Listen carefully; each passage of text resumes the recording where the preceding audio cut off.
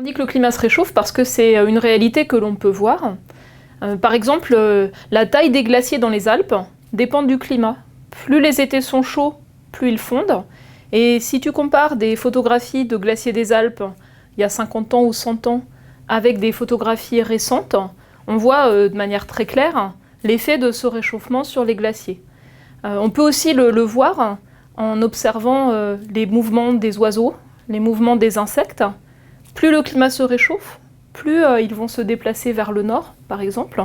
Et on le voit pour certains moustiques en France, ou pour les chenilles processionnaires dans les arbres. Et puis, donc c'est aussi quelque chose que l'on mesure. En France, la température a monté d'à peu près 1 degré depuis un siècle. C'est un peu plus que la moyenne planétaire. Le climat s'est réchauffé d'environ 0,85 degrés depuis 1900.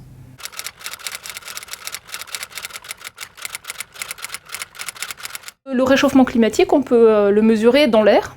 Et pour ça, il faut mesurer la température de l'air. C'est ce qu'on fait avec des thermomètres dans toutes les stations météorologiques mondiales. Et ces résultats sont mis ensemble pour suivre le réchauffement de l'air à la surface des continents, là où nous vivons. Et puis le réchauffement, il se produit aussi en mer. Et donc, pour mesurer la température à la surface des mers, on utilise des instruments de mesure qu'on appelle des bouées automatiques, qui vont mesurer aussi régulièrement la température à la surface des mers, et dont tous les résultats sont mis ensemble.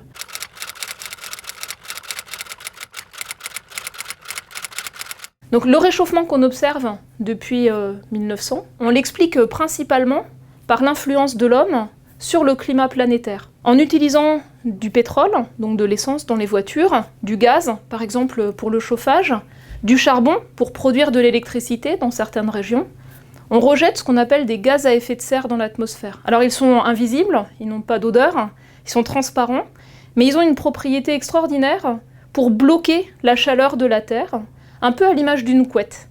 Donc plus on rajoute ces gaz à effet de serre, plus on entoure notre planète de couettes invisibles.